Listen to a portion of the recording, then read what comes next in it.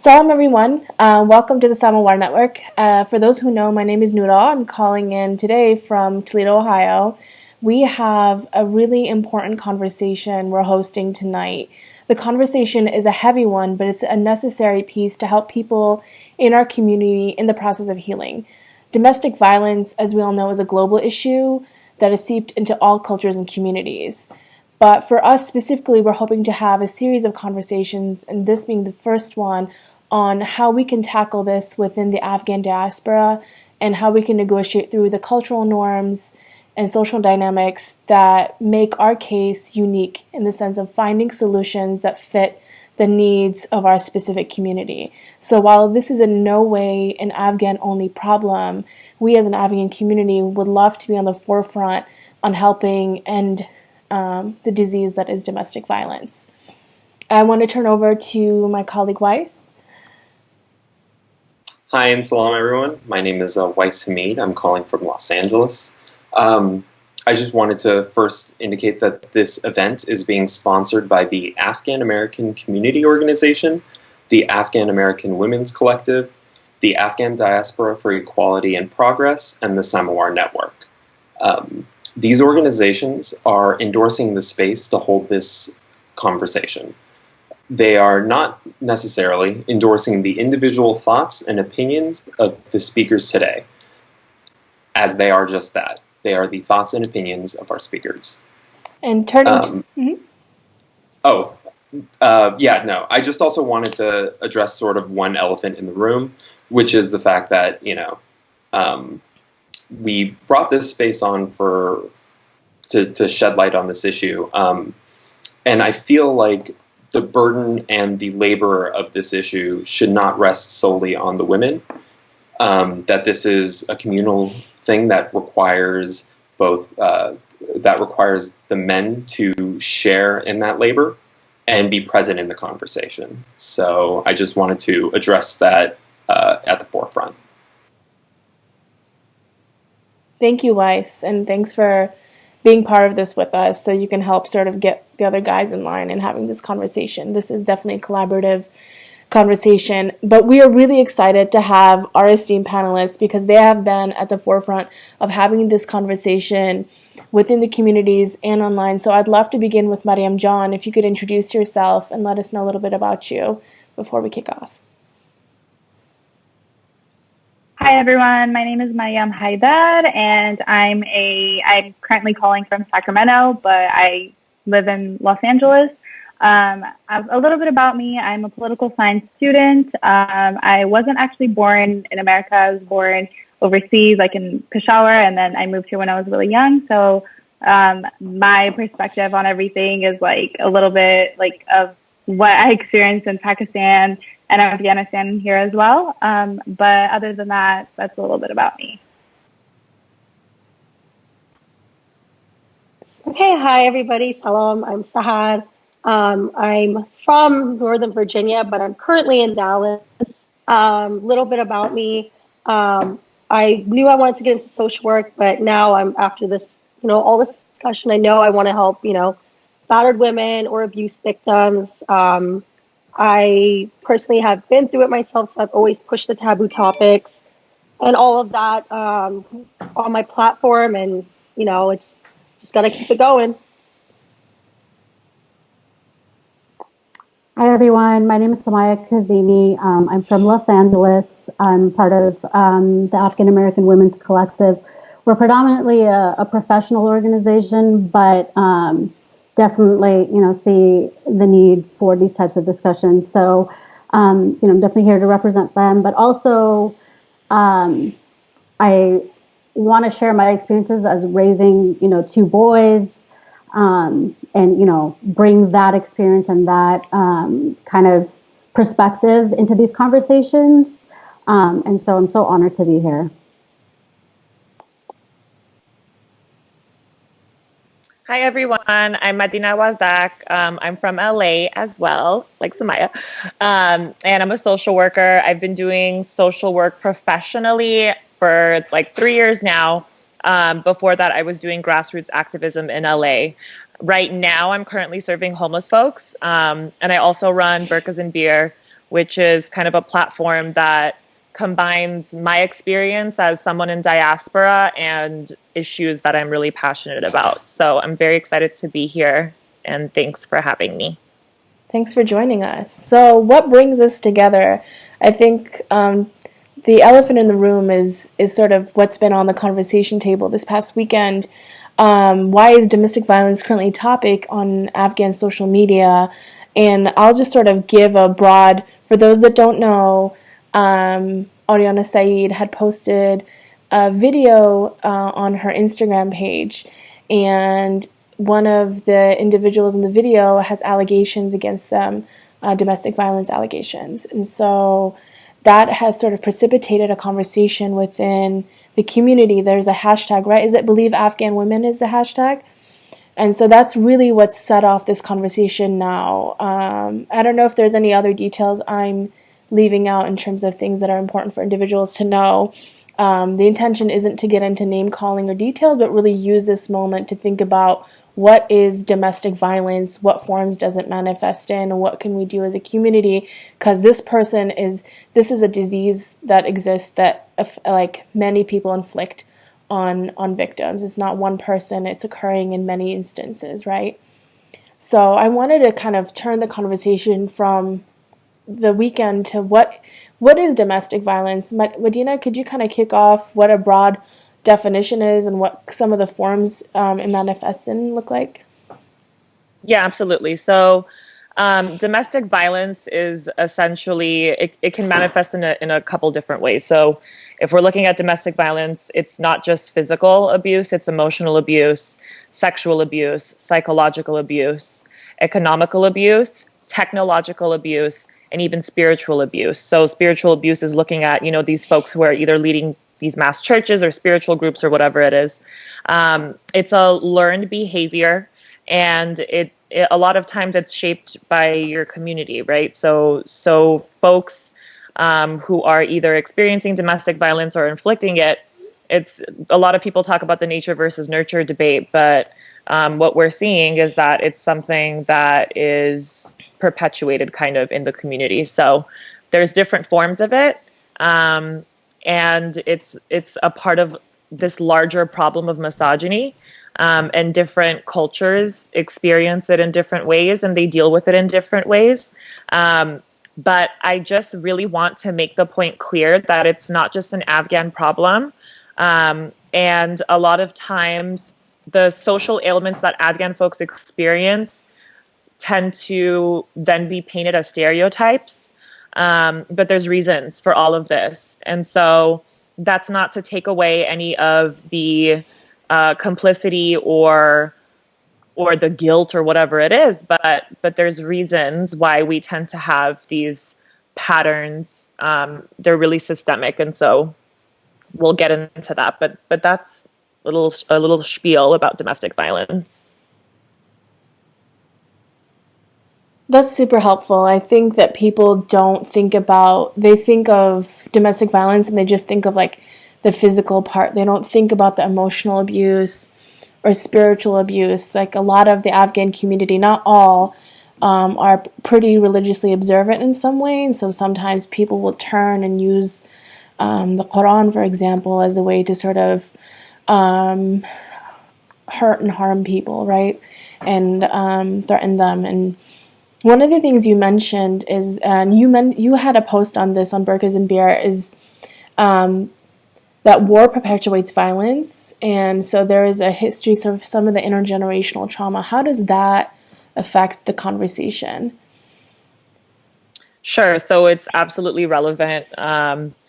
If I can sum up intergenerational trauma into like a quote, it's hurt people. And so what that essentially means, intergenerational trauma is this psychological theory that trauma can be transferred in between generations. Yeah. And so the experiences of our ancestors and the way that they learned about the world around them, the messages that they received about the world, how they saw themselves fitting in the world, will have a profound impact on future generations. The first example that I can think of, at least in my family, and I think other Afghan families have experienced this, is hoarding, the hoarding behaviors of our parents. I remember growing up just wondering why it was so difficult for my mom to let go of things. And then I remember one time her looking at me and saying, listen, I had to let go of everything in Afghanistan. And these plates that you're wanting me to get rid of are like golden platters to me. And it just slapped me across the face, because here I am trying to Marie Kondo the shit out of the house to make it look nice, not realizing that I'm re-traumatizing my mom, right? Yeah. And so that's essentially what intergenerational trauma is. It was first kind of documented formally in Holocaust descendants. And so it's a relatively new field, but there's a lot of research going into it now. And so we need to think about that when we're having this conversation, because the majority of us are either children of refugees, or we are refugees. So Maya, when you hear that, what is that? Does that resonate with any experiences of like how intergenerational trauma played out in communities you've seen, or? Yeah, I mean, just hearing Medina, reference her mom, just just got me really emotional right now, and because I see that in my family too, and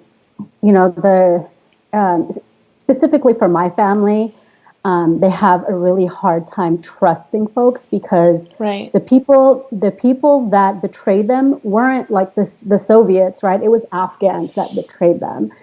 So they have, trust issues, and that has definitely, trickled down to me and like my cousins and, my brother and our family. So it definitely, it makes me emotional. And then there's so much I'm not a professional, but it's clear that so many of the men in my family have PTSD and, certain behaviors.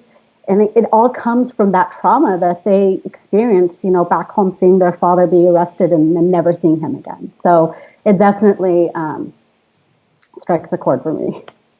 You said the word trust, and I kind of want to think, Sahar, you've sort of discussed this on social media. There's a dynamic when it comes to trust. There's this shame and secrecy that are part of Afghan culture. And I'm curious, how it affects the conversation on domestic violence, specifically, how are women silenced, and how are these tools used to silence them? So I'm going to speak from a personal perspective and from what I've seen with this whole, this past week. Sure. One, it's, girls from a younger age were told in the Afghan community, Sharmas, you can't be known to talk to this guy. It's, bad nomishim. Oh, even if he did all this to you, you're our family bad nomishim. It's shame on you, and shame on us. You'll never get married. I remember being told well, no Afghan's gonna want to marry you. Well, come out. What Afghan family's gonna want you? So I think especially a lot of girls are just conditioned to be like, okay, well, if I come out, and I admit I was with this guy, or I admit this happened to me, I'm damaged goods, or, what is the family going to think? What is my family going to think? I'm just bringing shame. It's like the pressure of bringing shame not only onto your family, but the guy's family.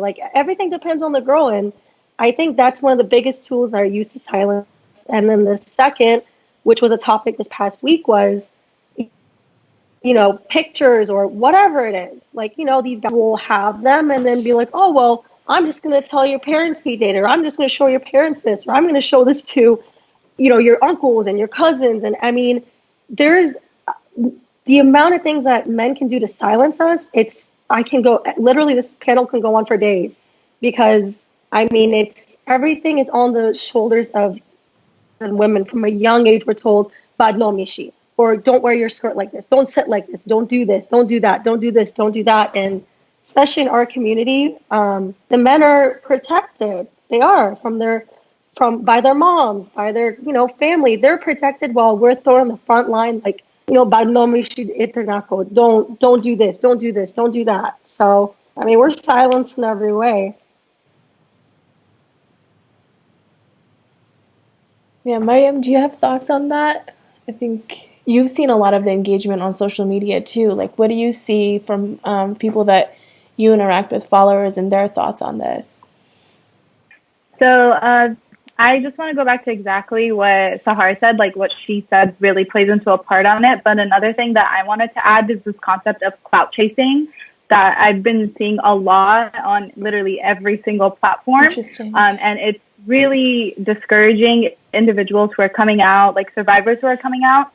It's discouraging people who are like talking about it because they feel like they're being labeled as someone who's doing this for attention and who's doing it for a platform rather than what the real cause is. And as like we all have experienced, the people who are talking about this, a lot of them are saying that we're doing this because we're clout chasing. And I think that's really counterproductive. I think it's really like, I don't think it's something that we should be using, especially in a heavy topic like this. When talking about this, for example, as a victim who's coming out, they would not feel comfortable. Like it takes so much for someone to come out, and then for people to label them as attention seeking or clout chasing is really, really disheartening. It's discouraging. Like it's just going to silence people. And it's just one of those things where I'm like, we don't know the intentions of people. And unless their actions show what their intentions are, we shouldn't be labeling people in that way because it's just going against the cause. If I could chime in on that, with the going off of that as well, I was surprised when Miriam and I actually came onto Twitter and we're talking about it. The people who were most against us were actually women at first. And I wanted to get into that real quick I don't know if it's because we've been conditioned, like going back to my point, we've been conditioned that, well, you're a girl, you shouldn't be doing this, you shouldn't be doing this, you shouldn't be doing this. But, it's really disheartening to see that it was even women would DM me like, hey, who is this? What's the story? And I would give it. But they were the ones that still followed him and proceeded to post, based on the allegations. I mean, they were the ones to post it. And then right now at the moment, though, the most complicit, I would say, is actually the men. There's more men against us and saying, well, especially my DMs, well, you shouldn't have been dating. Well, you shouldn't have been doing this. Allah brought that on to you because you shouldn't have been doing this as a woman. So. Yeah, Sahar John, when you're talking about how surprising it can be when women are trying to silence you, I made this meme that talked about internalized misogyny. And a lot of time, I mean, I've been doing social work for a long time. I have my master's in it. And so like a lot of the terms that I think are new for a lot of folks, and we see all of these things happening in the culture, but we don't have the terms for them. And that's why I kind of started making those slides, because the internalized misogyny is very real. And so misogyny is this hatred towards women, stereotyping women, believing in the lies and the myths that culture creates about women. And so internalized misogyny is kind of when, whenever we're labeled as catty or we're labeled as tearing each other down, that's essentially internalized misogyny. And so we perpetuate that from seeing mothers who treat their daughter-in-laws poorly or treat their daughters a certain way and their sons a certain way. We are essentially women, we are the gatekeepers of misogyny. And so it's really important that we hold ourselves accountable too. And then when I'm trying to raise that, I mean, at least my experience has been when I tried to raise that issue, then folks will say things like, well, now you're not focusing on domestic violence, you're focusing on bashing another woman. We don't have to be so hyper focused on one thing. There is a way to tackle all of these things because they all inform each other.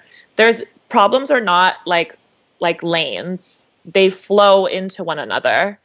And so when we're talking about something like domestic violence, it's really important that we also look at the people who are at the forefront of our community that have massive platforms, that represent our community, that have access and agency that we don't, and make sure that we're holding them accountable and make sure that we are saying something.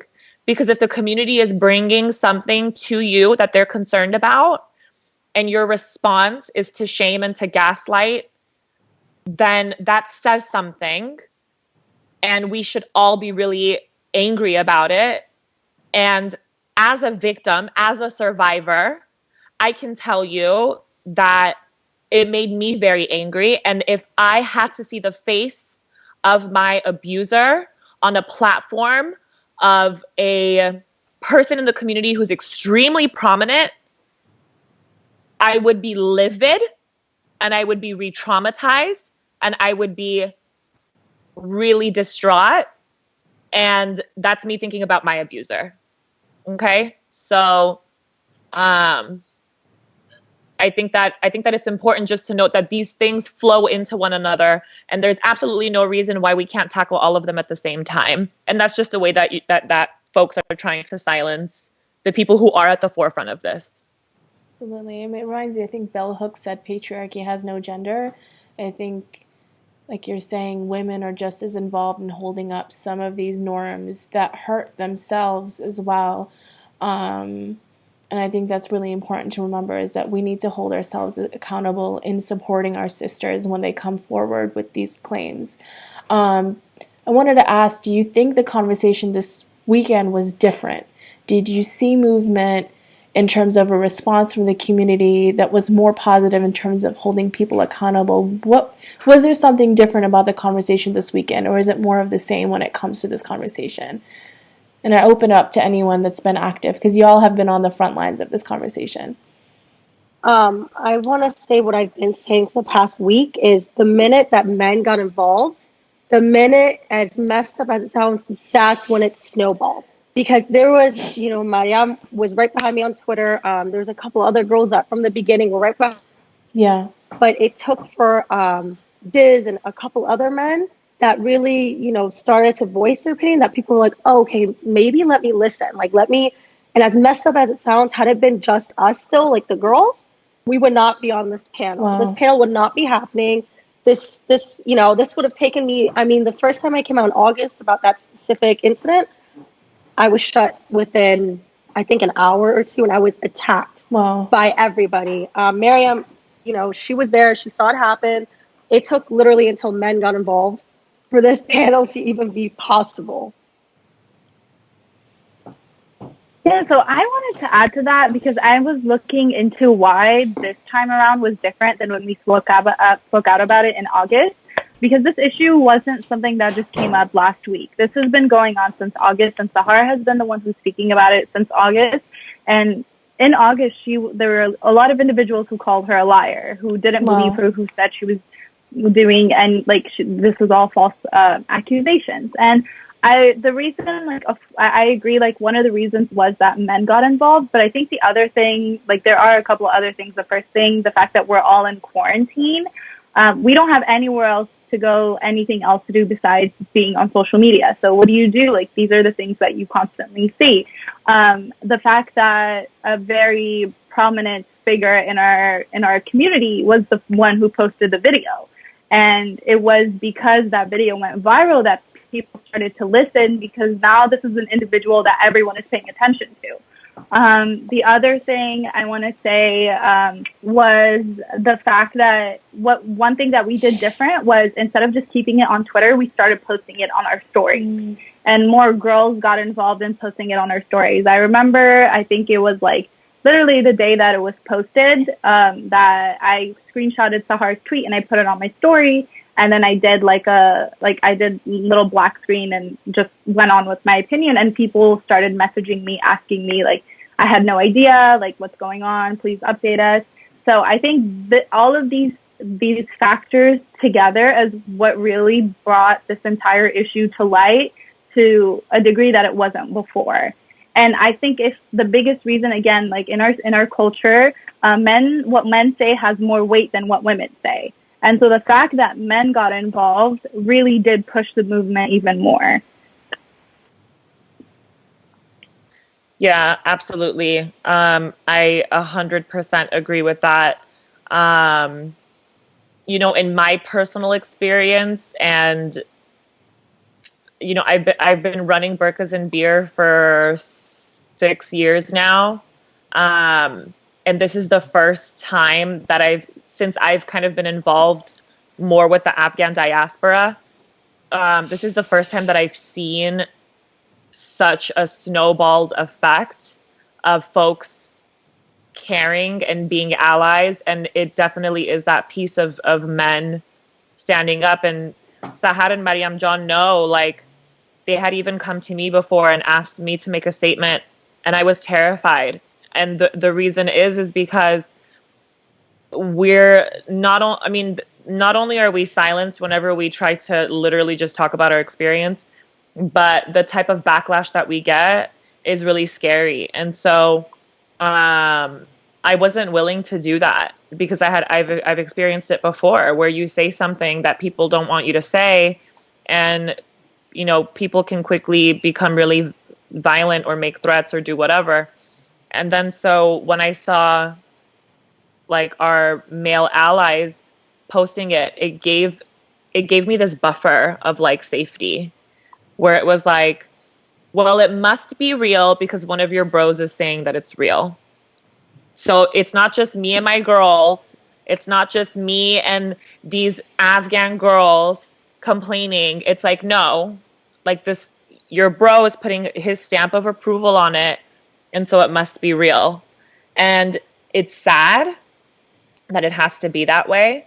But I think we also need to identify what are protective factors. And earlier, how we were, in the beginning of this discussion, how we were talking about how the labor needs to be carried equally, or men need to be just as diligent in this. It's like there are ways for men to be allies, and there are ways for men to make us feel safe in this dialogue. And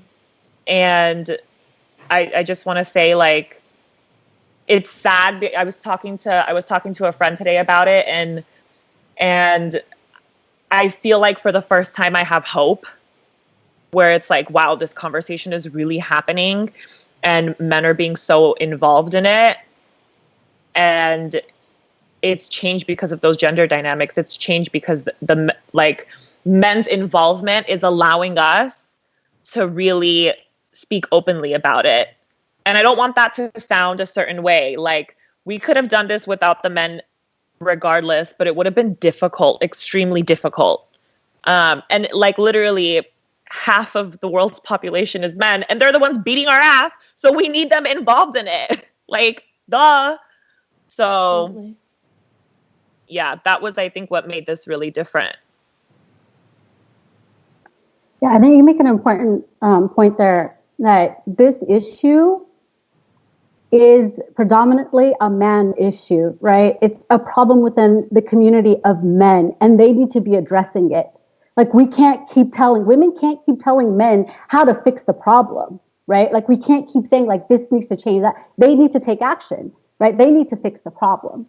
But I also think what's different here, and this might be a little controversial, but I also think that the personality involved, it was easier to speak up against, him and make noise about him just because he was seen as an entertainer, a comedian, or a YouTuber, right? When it's someone like a community leader or a spiritual leader, a philanthropist, someone that is respected, it's much harder. People Absolutely. Are in disbelief. Yeah. How could he have done this? No, this is not true.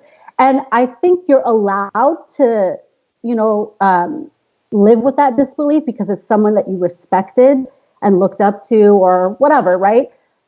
But you can't like let that, to a point where you don't believe the victims. You still have to believe the victims. These people are still capable of doing these things. Just because you didn't see it, like in domestic violence cases, these abusers, a lot of times the only people that are seeing the abuse are their partners. They're like great people out in the community, sometimes doing really great things for people, but at home they're an abuser. And so, that's all I wanted to make a point about.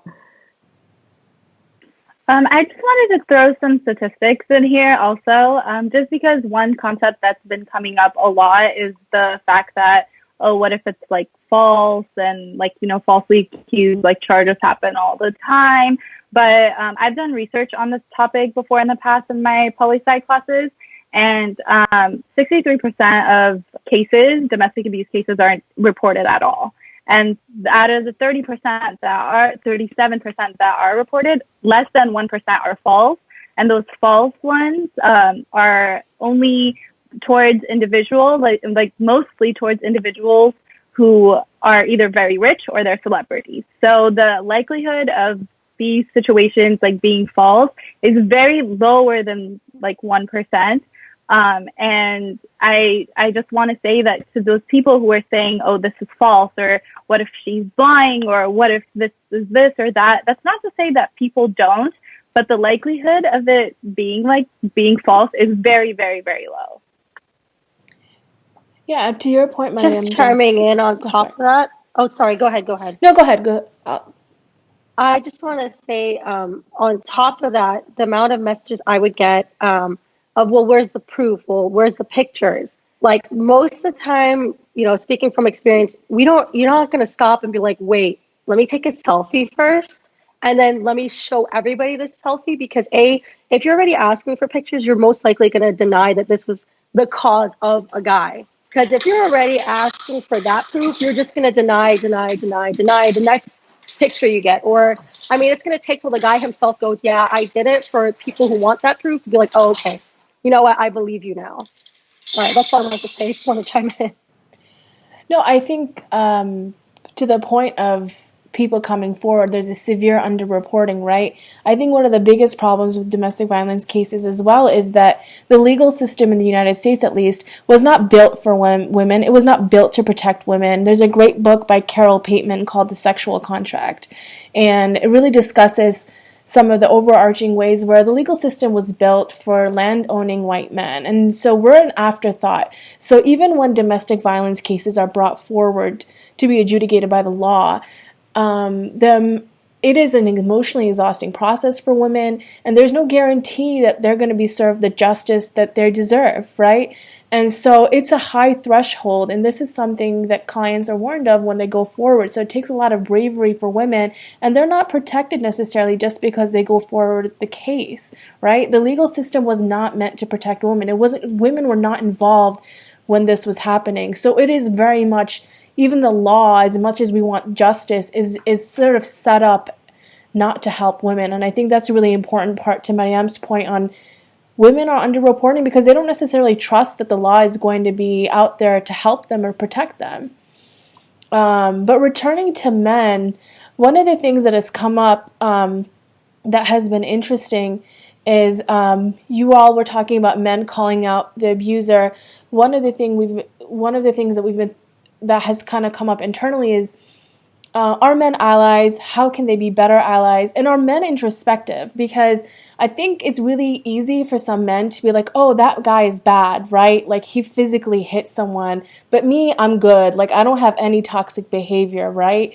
And so it's easy to sort of sit back and not be introspective about how you are sort of perpetuating that kind of violence in different ways. So I wanted to see what you all thought about that.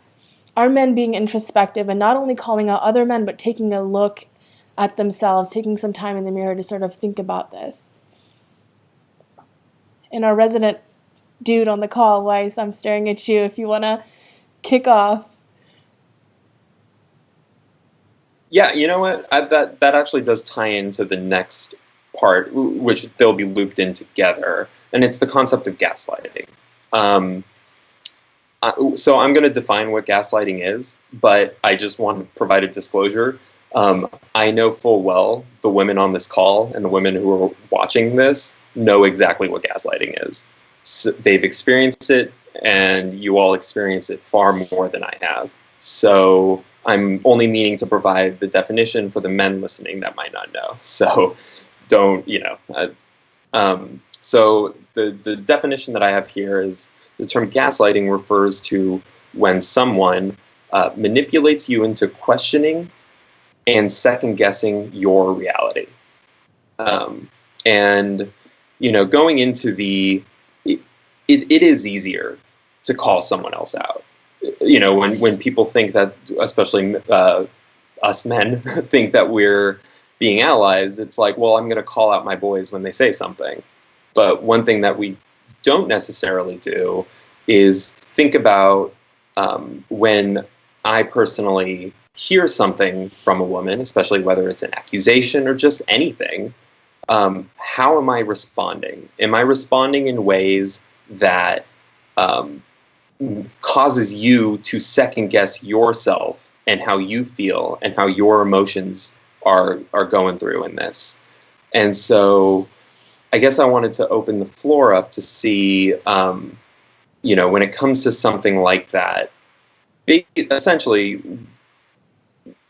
what responsibility do you feel men have when it comes to engaging in this kind of dialogue?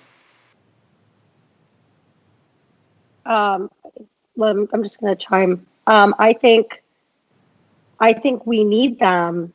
Like I stated earlier, this topic did not even come about. This panel probably wouldn't even be happening until it was for a couple of guys that got involved, because no one, it's messed up, but no one takes us seriously. No one believes us. And there's always, again, where's the proof and where's this, where's that? Even before this situation, it didn't matter how much I spoke on this topic, it was like ignored, or, well, you're dramatic, or it probably didn't happen. And even people in my area who knew it were very like, oh, you're just being dramatic, or the girls themselves have been through it. So it's like, well, you're just being dramatic. I've been through it too. Like, it's not a big deal. So we need guys to speak up on it, because what guy really, it's very rare for men to sit and listen and be like, okay, you're right, I hear you. And, we'll call them out. We'll hold them accountable. It never happens. So the more, not just men, but the more allies you have, the more we're able to combat the issue. And I think that's for any topic, anything. Yeah, absolutely. And I think for the men who are listening who really want to be allies and just don't know how, one thing that's really crucial is tone policing and the type of responses that you're going to get. When you are used to fighting a battle alone, it can be really difficult to manage your emotions. And so there was a time where my assault had messed with me so badly that I completely distrusted men, didn't want to work with them, didn't want to be in the same office with them, was essentially terrified of men. And so when you're doing this type of work and there's a power dynamic that is off, you have to be cognizant that you're not going to get somebody skipping over to you and being like, I'm so excited that you're here. That could be the case, but everybody has different responses to it. And so there was this great quote, and it said, asking marginalized people to control their emotions when they talk to you is the epitome of privilege. And so when I'm talking to you about my oppression, and when I'm talking to you about an experience that was really painful, I don't need to sugarcoat it, and I don't need to control my emotions to make this easier for you. If you're coming into my space because you want to help me, or you are claiming that you want to empower me, then it's better that you see this unfiltered, because then that's us doing more emotional labor to try to control ourselves so that you feel better. And so I just wanted to put that out there, that it's like, we think kumbaya, we're all going to hold hands and we're all going to be allies, but this is something that's really dirty and really painful and really hard and completely changes your life. And so if you're down with that cause, you have to be aware of how you might be perceived. It made me think when you said emotional.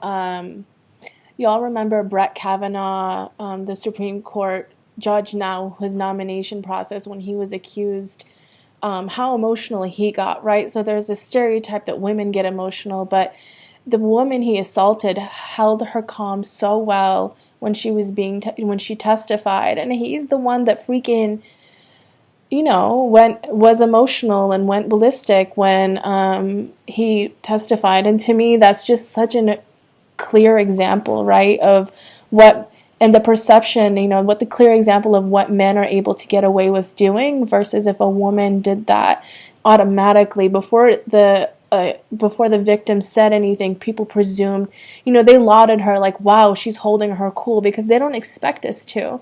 So there's this burden that you said that's placed on us that almost feels like a muzzle. And so I wondered what the rest of y'all thought about that. I actually want to go off what you said with the whole Brett Kavanaugh thing, because I just want to throw a little point out there that just because someone is not legally held accountable does not mean they're not, guilty of it. By the way, just because, I know how these court proceedings, everything goes, it's really hard for the guy to even get convicted. So I'm not really fond of people saying like, oh, well, guilty until, or innocent until proven guilty, because that's usually not even the case, especially with domestic violence cases. I mean, like Brett Kavanaugh, like, that's what made me think of it is he never got charged, but I'm almost 100%. I believe the woman. He did it. So this whole narrative that I keep getting in my DMs, as well as, innocent until proven guilty, I want to dismiss that, because I've been through it. And does that mean I'm lying? I have no proof. I have no pictures. I have nothing, because some people just don't want to relive that, So just based on that Brett Kavanaugh, just maybe remember that. Yeah, Mariam, you had thoughts on this too, I believe, right? Yeah, so like you mentioned, we do have a burden of just acting quote unquote rationally, not being hysterical, like that whole situation. But in these types of cases, like it's really, really difficult as like I don't want to say, like I don't want to speak on the experience of victims, but like just as a human being, if you look at someone that has hurt you and you're constantly seeing them, how do you not expect someone to act in that certain way? Like, so it is like a little like I know we have to do that, but it is really, really unfair. And especially with this situation where people, like Sahara was saying, where people are asking for proof, people in general, like you guys are not the court, the jury, the judge for you to be demanding proof. And people have like open cases, like it's pending cases, so they can't provide proof anyways. And as like she was saying earlier, like there isn't a lot of like actual proof in these types of cases. Like there isn't. It's just, it can be interpreted in many different ways, and a lot of people can't get charged in the first place. So when this concept of burden of proof is forced by society on a survivor, on a victim, when they're not even in court, I think that really does affect their mental health and their like ability to even continue with this case, and like we need to be mindful of that, and we need to take a step back to realize that we cannot demand proof from people. Like we really can't. And although I do understand that it is difficult to believe people without it, but in these forms of cases, we do have to think about the toll that it takes on a victim, on a survivor, for them to come out and even speak about this, especially in our society, and how like taboo this topic is in the first place. So I just want everyone to be really mindful of that when asking for these situations, like these forms of proof or whatever, because that's what I've been getting a lot in my DMs. That's what I know Sahara has been getting in her DMs. Like they're all asking, where's the proof? Show me the proof. I'll only leave you if there's proof, and we can't provide you with that. Yeah, and I'll just quickly add in, as someone who I go with a lot of my clients to court, and like I'm supposed to be their like a support system there, and it's intimidating for me. Like it's really difficult to try to navigate agencies and systems and institutions. And like I've taken DV clients to file the report to try to get a restraining order, to then wait 2 weeks. Maybe a detective will call you. Maybe they won't. Maybe they'll reassign your detective. Maybe they'll accidentally like mix up your case with someone else's. It can take months. It is so difficult. I've worked with undocumented women who are trying to get their citizenship through the Violence Against Women Act, and these courts are asking for so much proof. And it's like, so like this person is undocumented, they're not going to have proof. And it's just when people ask for proof, it's like, y'all have been watching too much Law and Order. That is not how it works. Systems are extremely difficult to navigate. There is systemic racism in these systems. So when I go with a client who is African-American, they have an extremely different experience than when I go with my client who is white. And so it's like people are so quick to like run with their Twitter fingers and just ask for these things without really thinking about how it is to actually be there. And so, you know, I wanted to add that in as someone who's like had to walk people from beginning to end. And both those cases that I'm talking about, both their abusers are still out there and haven't seen a judge. So it's extremely difficult.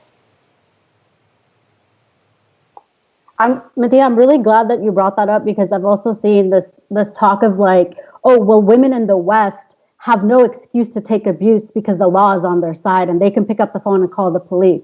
Like that's bullshit, right? I mean, so much of this gets, you know, is underreported. So it has nothing to do with that. There's so many things involved.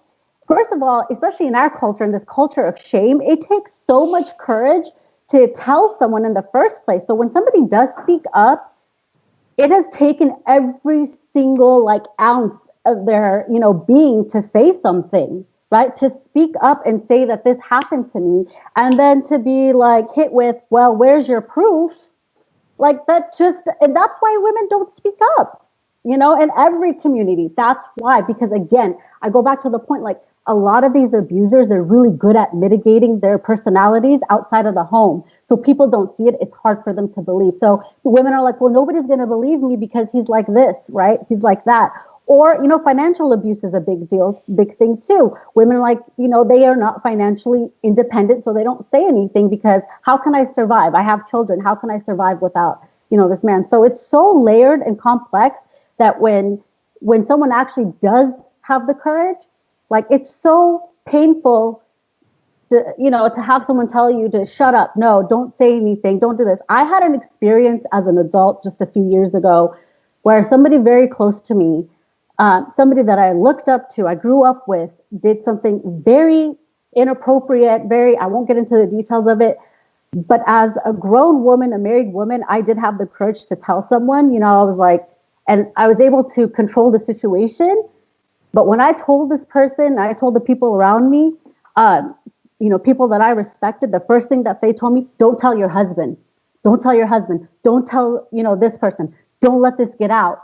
And one of the things that sticks to me to this day is an older woman told me, like, this makes sense in Farsi, but daman khuda khudam sar khud bala mekana. You guys know what that means? Like, you know, you're shaving, you know, you're putting your like dirty laundry out there. Like, don't do it. Don't do it. And honestly, for the longest time, I didn't tell my husband, and I was so afraid. And then finally, I was like, I did tell him, and it actually caused like, you know, a kind of an issue between us. He's like, you didn't trust me enough to come to me with this.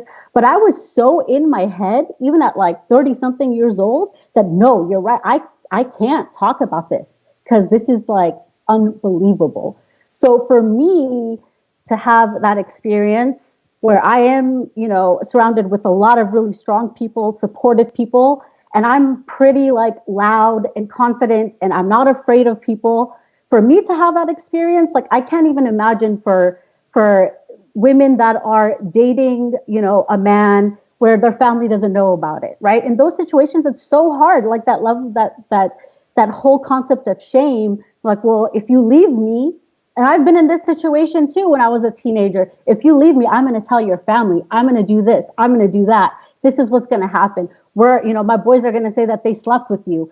These are like real issues. And again, when it comes to the responsibility of men, it's not just about calling people out when a man beats someone. It's about, you know, not talking about women, not making things up, not talking about, you know, your relationship and spreading rumors and saying, I slept with this girl or I slept with that girl, I did this, I did that, and actually, calling your boys out in those situations too, not just from afar, somebody that you don't know, because it's easy to call out somebody when they're, using like physical violence. That's an easy thing. It's these little things that are that really matter too. And sorry, I'm getting all passionate over here. But yeah, I mean, yeah, I just wanted to. So Maya, I love everything that you're saying, and I just wanted to add, how sad is it that guys have that ammo to be like, I'm going to tell your family? Because wouldn't it be so cool if we were just like, tell my family, they're not going to believe you. But no, we can't say that because our family will probably I was put lucky us enough, through it, I was lucky enough to where, my parents were pretty pretty cool, and like my mom actually knew of the situation, so I was lucky in that scenario. But when I did finally have the courage, and this was like when I was like 18, 19 years old, to say like, wow, this is crazy, like I can't do this, I was like, whatever, it's your word against mine, go say whatever you want, I'm just going to keep denying it. And I denied it. I mean, now it's whatever, I don't care, I'm freaking 38 years old now with 2 kids, I don't give a shit anymore, right? But there's a lot of young girls, like teenagers, that are in this situation, and so it's real. So yeah. I just want to say that this is why this talk is so important, because it needs to change for our children. These issues that we're having as the first generation need to end for our kids, because I mean it's way too much, and if we aren't the generation that changes it, then who will be? Yeah, I actually do want to touch upon a point that was that some of you have mentioned already, especially when it comes to the demanding of proof. And I think that that's just a very good example of one, shifting responsibility, and not only shifting responsibility, but also not carrying the weight. If men as allies, if we want to truly be, participating in the labor of this, one, it violates that, because you're basically expecting someone else to walk you through everything rather than just believing it. Then two, in terms of the gaslighting aspect of it, particularly the three of you who've been very active with this on social media, you wouldn't say things if you didn't, you're not dumb. So if I'm texting you, or if I'm DMing you, demanding that would be that's very irresponsible for you to do without having proof, blah blah blah, that is just whether they understand it or not, that is a form of gaslighting, because it's I'm not you're trying to get someone to question their own reality. You're all intelligent people who know what you're doing, and so the forcing or the expectation for you to walk through everything for every single Twitter, anonymous Twitter account, is one, putting that thing on you, and also two, well, I'm not just gonna say it for no reason. So, going in terms of the what roles can men play. That's just hearing all, the four of you explain that is just, that's just a perfect indication, at least for me, of what men can do that, and just as importantly, what men should not be doing when it comes to hearing this kind of thing. Because the abuse, yes, we should be rooting out abusers, but also in terms of that, how to have this kind of dialogue and how to have this conversation without the need of expecting all the burden to be on women, and then two, also just validating and acknowledging what women are saying without expecting them or questioning their sense of reality. I just had one quick thing to say, that going back to when I was saying that we men do have, like, what they say has more weight in our community than women. We have a tendency as a community, I don't want to say all of us, but most of us, the Afghan culture community, we tend to believe abusers over victims. We tend to ask victims for so many pictures and proof and this and that. But if an abuser says, oh, I didn't do it, then they didn't do it. And I think we need to shift that, and we need to shift the way we see those things, and instead, like, allow victims to be heard and to be listened, and to, like, allow them to speak and to believe them, rather than just saying, oh, well, prove it to us. Otherwise, we believe the abuser when he says or she says that it's going to happen. Yeah, and just to kind of add two things to that too, I think it points out the privilege that men have when they are so far removed from the reality that women live every single day, where it's like, how could that have happened to you? Well, because it doesn't happen to men. It happens. Let me completely backtrack that. Of course it happens, but the number is really, really disproportionate, right? And so it points out to men's privilege, where it's not their lived reality, it's not their lived experience. And then the second thing that I just want to add is I can speak for myself when I say nobody wants to feel and out themselves as a victim. That's not something that you want to go around and skip around town saying. It's something that is, like, really intimate and really painful. And I can't imagine that anyone would be excited about coming out and saying that. Thank you, Meadow. We've kind of already started this, but I wanted to give a shout out to Frishta Kakar for asking this question. What do you think should happen next? What is a good action plan? Frishta says, I feel like there needs to be events that talk about this topic. What are solutions we have in terms of thinking about moving this conversation forward? If you want to start, Medina, go ahead. Yeah, for sure.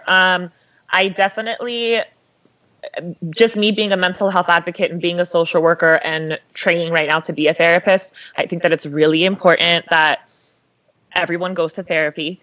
It's really difficult to navigate and access therapy, and that's true.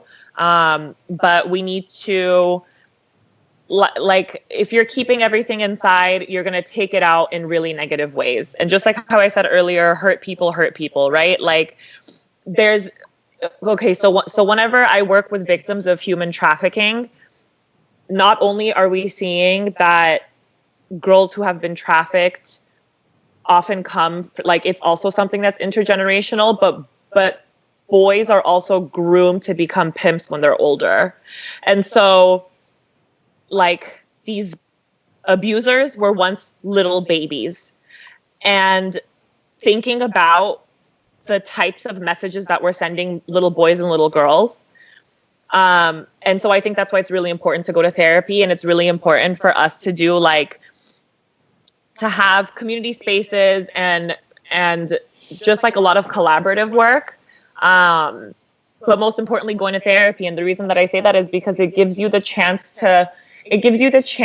to really look at yourself introspectively and have someone who's impartial help you along. So that's, like, my first thing is go to therapy. You know you need it, so just go. I almost think there should be a hashtag, especially for men, like the mirror challenge. Like, every dude after this call needs to go look at themselves in the mirror and ask, what problems do I have? What traumas do I have? And what am I doing to the women in my life? Did I have a temper tantrum on a call towards my sister, towards my mom, towards my girlfriend?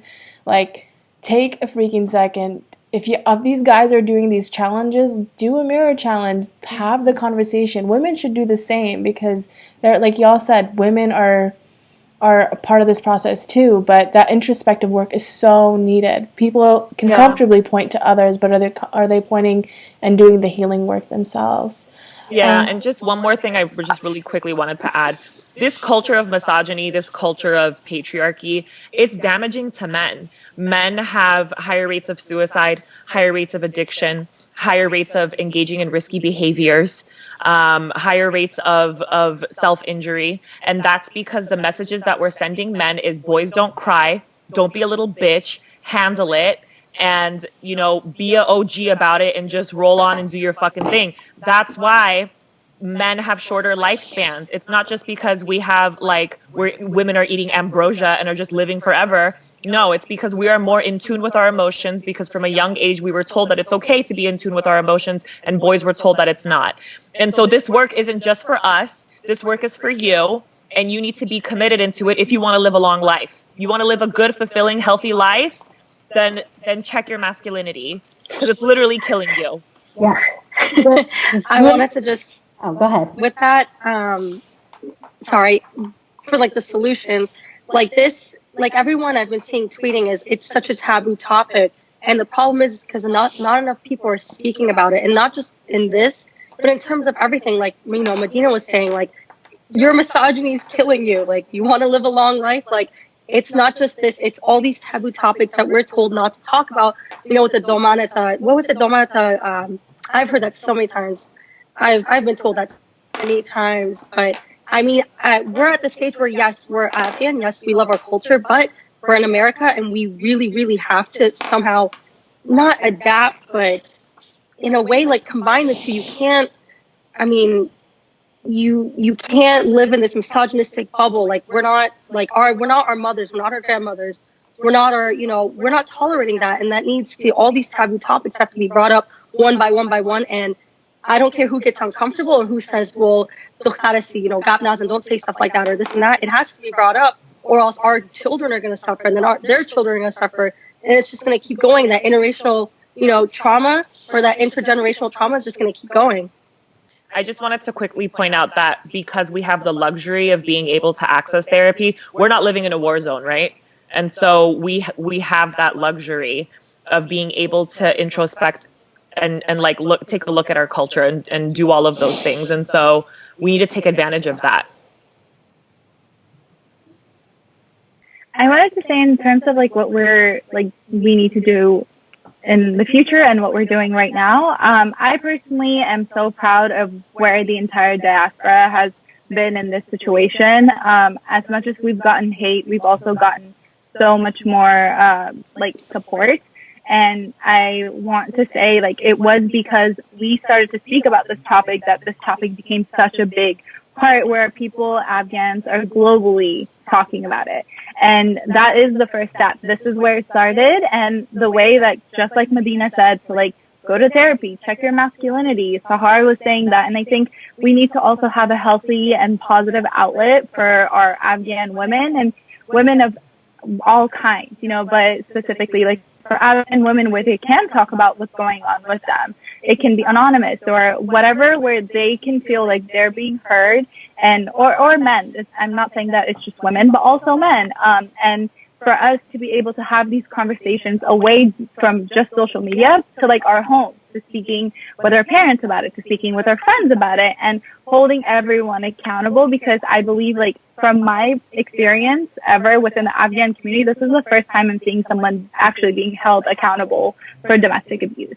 And not just one person, but multiple people, and enabling them or anything like that. And I'm really, really proud of us for doing this, because we're becoming the change that we want to see. And we can't just let it stop from here. We have to continue doing it, and we need to take these conversations home, and we need to talk to our parents. We need to talk to our friends. If we have kids, we need to make sure that they're going to be raised in a way that's not toxic masculinity or victim blaming or anything like that. And it starts with us first. Yeah, and I also, well, first of all, therapy does work. It works 100%.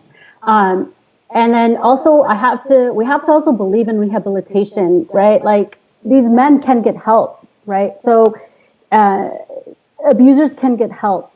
You know, you have to believe in that. Like, especially people who are like, you know, if we're involved in like social justice and these types of things, we have to believe that these people can get help and they can rehabilitate and change. So, you know, we definitely need to encourage that. And I do think that these people do need to be ostracized to an extent, but then also really encouraged to go and get the help that they need so that they can function as normal people, and have a healthy, because a lot of times, some people won't leave their partners, right? They won't leave their partners. So if they're choosing to stay in the marriage or in the relationship or whatever the case may be, that person needs help. So, for it to be healthy, a healthy relationship. And second of all, the way we talk to children and just being a mom of boys, I bring this up because they're 12 and 8, but I'm very, very candid with them. Like I tell my 12-year-old, he's going on like 40, but I have very clear and honest conversations with him about how, to treat women and how to treat girls in school and he sometimes gets annoyed, but he's listening. I know he's listening. So, getting kids to, involving them and talking not just to girls on how girls can protect themselves, but talking to the boys and what they shouldn't do and what behaviors they shouldn't what behaviors they shouldn't have or avoid. So it's just as important, if not more important, to tell the boys what not to do instead of, and how not to behave, instead of always putting the burden on little girls, like don't sit like this, don't talk like this, don't do this, don't do that. It's always, I've heard it my entire life since I was a little girl, right? And having a brother, he didn't have to experience any of that. So, talking to the kids and really, really encouraging, and just remember, like you said, these behaviors are learned. So for a man to do this, there's an uncle or a dad or somebody at home, that they've learned this behavior from. So recognizing that and then just starting at the home, right? And building trust. That's the biggest thing I wanted to talk about, is staying consistent and building trust. If we're going to speak out and we're going to choose to believe these victims, we need to choose to believe every victim that stands up. We can't cherry pick. I know it's so hard, especially because sometimes it's going to be our uncles, our brothers, our dads involved, but we can't cherry pick. We don't have to come out and publicly shame our brothers, our friends and stuff, but we can't also shut the victims down or the people that are speaking up. We need to believe women every single time. We can't, and I love that this issue, has really blown up. One of the things I've been saying is this whole thing, I hate how a story just snowballs in the Afghan community, but this is one of those times that I'm so happy that this is happening and the traction that it's getting. Let's just be consistent with this. Let's be consistent. Thank you so much. Thank you so much, Samaya. That's a perfect way to, wrap at least this conversation up. Because to the point that Noura is making and the point that all of us are making is that this isn't the only conversation that we need to be having. And so hopefully within this space, at least, we're hoping to have a series of conversations on both domestic violence, but also toxic masculinity, child abuse. There's plenty of issues that are interrelated with this that need to be addressed. So I just first want to thank our panelists here, Medina, Sahar, Mariam, and Sumaya, as well as my co-host, Noura. Thank you all so much for coming and for sharing your thoughts. For those of you listening, feel free, please add all of them on social media because they're all very fascinating people that are providing very, very meaningful work right now. And, especially for the men here to elevate these voices because these voices are important in this struggle. I want to also thank the sponsors for today's event, which was the Afghan-American Community Organization, the Afghan-American Women's Collective, the Afghan Diaspora of Equality and Progress, the Afghan Diaspora for Equality and Progress, and of course, the Samovar Network. Thank you all for attending. Thank you for giving us your time, and thank you again to the guests. Thank you, guys. Thank you for having us.